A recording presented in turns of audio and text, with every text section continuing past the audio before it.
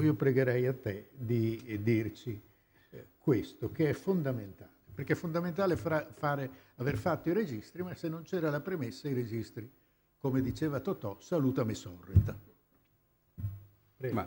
Volentieri, Presidente. Come è noto, l'Istituto Veneto, oltre a svolgere un'attività che possiamo definire ordinaria, periodicamente si fa promotore di iniziative che per la loro durata temporale, per la loro complessità organizzativa e per l'impegno finanziario richiesto vanno considerate come straordinarie. Ed è questo assolutamente il caso, quindi, dei registri del Senato. A me il compito di ricordare brevemente le varie tappe dell'impegno assunto dall'Istituto e dei suoi uffici per la sua realizzazione, un impegno che, come ricordava il Presidente, si è protratto appunto per oltre un ventennio. Primo passo operativo può essere considerata la riunione, ora ricordata, svoltasi nell'ottobre del 98 per iniziativa dello stesso professor Ortalli in accordo con il professor Girgenson presso il Dipartimento di Studi Storici dell'Università di Venezia, riunione alla quale aderirono circa una quarantina di studiosi. Già in quell'occasione venne delineata l'impostazione generale del progetto, che sarebbe poi rimasta invariata nelle linee principali per tutta la sua durata. Obiettivo finale era la pubblicazione di una ventina di volumi e per avviare l'impresa si reputava indispensabile poter programmare il finanziamento di borse di studio o di contratti di collaborazione per almeno i primi 6 volumi, calcolando in 150 milioni di lire l'ammontare della somma necessaria. Contatti quindi venivano intrapresi con organi e istituzioni a livello sia nazionale che regionale. Dopo qualche tempo si iniziò a riflettere sulla possibilità di un coinvolgimento nell'iniziativa da parte dell'Istituto Veneto. In quei mesi frequenti erano le occasioni di collaborazione del professor Ortalli a iniziative dell'Istituto, del quale era socio ormai da diversi anni, riguardanti, per ricordarne solo alcune, i legami di Venezia con Bisanzio. Nel 98 ricorrevano i 500 anni della nascita della comunità greca, o la competizione con Genova, per cui più frequenti divennero le occasioni di scambio di idee e di progetti.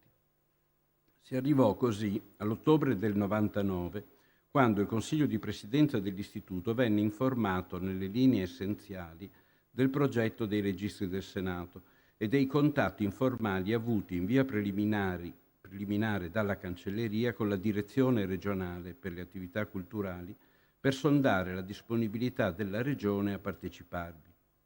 Questa aveva dimostrato in linea di massima il proprio interesse all'iniziativa, ma il sostegno della Regione, comunque, avrebbe potuto riguardare eventualmente la stampa dei volumi, non le varie fasi della trascrizione e delle revisioni critiche. Alla fine di novembre il professor Ortalli e il professor Girgenson, invitati dal presidente Zanettin, presentarono ufficialmente il progetto al Consiglio di Presidenza dell'Istituto, che confermò il proprio interesse e la disponibilità a contribuire alla stampa, auspicando al contempo la partecipazione di altre istituzioni per il finanziamento dei 100 milioni di lire stimati allora come indispensabili. Nel frattempo, alla fine di una trattativa durata oltre un anno e conclusa nell'estate del 99, l'Istituto Veneto aveva acquistato dalla banca Unicredito Palazzo Franchetti, lo stesso in cui noi siamo riuniti, evitandone la destinazione a uso alberghiero. Nello storico palazzo, che la proprietà non utilizzava più ormai da diversi anni, aveva sede come locataria di Unicredito la Fondazione Venezia, il cui contratto di affitto doveva essere rinnovato nel 2000. Auspicio della Fondazione era che il nuovo proprietario non solo non revocasse la locazione, ma anzi le consentisse di svolgere più agevolmente la propria missione che, in quegli anni, stava conoscendo un vivace sviluppo. Gli incontri con il presidente professor Giuliano Segre e con la direzione della Fondazione portarono, nel marzo 2000, alla presentazione del progetto dei registri del Senato, nelle caratteristiche individuate fin dalla sua formulazione iniziale. La pubblicazione complessiva di 20 volumi, a ritmo di 2 all'anno, quindi per 10 anni.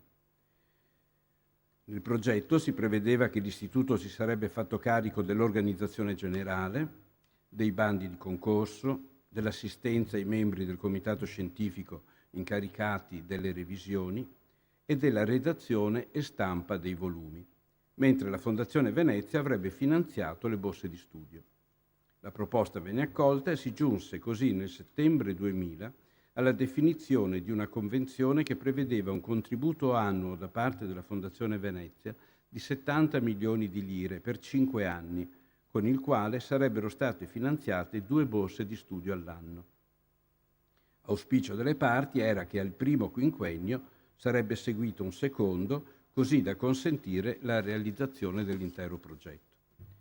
Nei mesi successivi furono banditi i primi concorsi con l'assegnazione delle prime 2 borse nel febbraio 2001. Si ratificarono gli accordi con l'Archivio di Stato, allora diretto dal dottor Paolo Selmi, per la riproduzione su microfilm dei registri interessati alla trascrizione. Si acquisirono i CD-ROM prodotti negli Stati Uniti dove erano raccolti materiali utili. Si instaurarono, anche con fortunati viaggi a Parigi, rapporti di collaborazione con istituti di ricerca francesi. Si ottenne il patrocinio del Presidente del Senato in vista della presentazione dei primi volumi a Roma, che si ipotizzava di poter tenere alla fine del 2002. Questa in realtà potrà aver luogo nell'ottobre 2004 con una certa solennità in un luogo di alto significato simbolico come la Biblioteca del Senato in Piazza della Minerva. Negli anni a seguire i bandi di concorso, le assegnazioni, le trascrizioni, i ripetuti controlli e infine le edizioni proseguirono con una certa regolarità, pur nella complessità delle varie operazioni che portarono a qualche allungamento dei tempi inizialmente previsti. Nel frattempo, nel 2002, la Fondazione Venezia aveva però deciso di trasferirsi nella nuova sede di Rio Nuovo, confermando comunque l'intenzione di proseguire nel sostegno dell'iniziativa e continuando così a finanziare le borse di studio anche col rinnovo della convenzione fino al 2008, anno in cui difficoltà sopravvenute anche a seguito della crisi finanziaria internazionale costrinsero la Fondazione a rivedere tutto il proprio articolato sistema di partecipazione alle attività culturali della città. L'interruzione dei contributi fino allora elargiti, pur rappresentando un duro colpo, non compromise il proseguimento del progetto, che poté continuare fino ad oggi grazie a nuove collaborazioni stipulate di volta in volta per l'edizione dei singoli registri. L'Istituto, in ogni caso, ha continuato a farsi carico delle spese di stampa e di curatela dei volumi. Nel complesso, quindi, e concludo, la Fondazione Venezia, a cui si deve pertanto il massiccio e generoso sostegno all'iniziativa, ha contribuito lungo 8 anni con un finanziamento complessivo di circa 290.000 euro, pari a circa 560 milioni di lire, il che rappresenta oltre la metà del costo dell'intero progetto. Il successo delle iniziative, specie di quelle che per la loro durata nel tempo richiedono il verificarsi di diverse condizioni favorevoli non sempre dipendenti dalla volontà dei singoli, viene assegnato spesso a ciò che noi chiamiamo genericamente fortuna o fortunate concomitanti circostanze, che comunque sempre necessitano di una costanza negli intenti e di una sintonia di ispirazioni che, ritengo, sono state anche in questa occasione tra i punti di forza di tutta l'impresa. Grazie.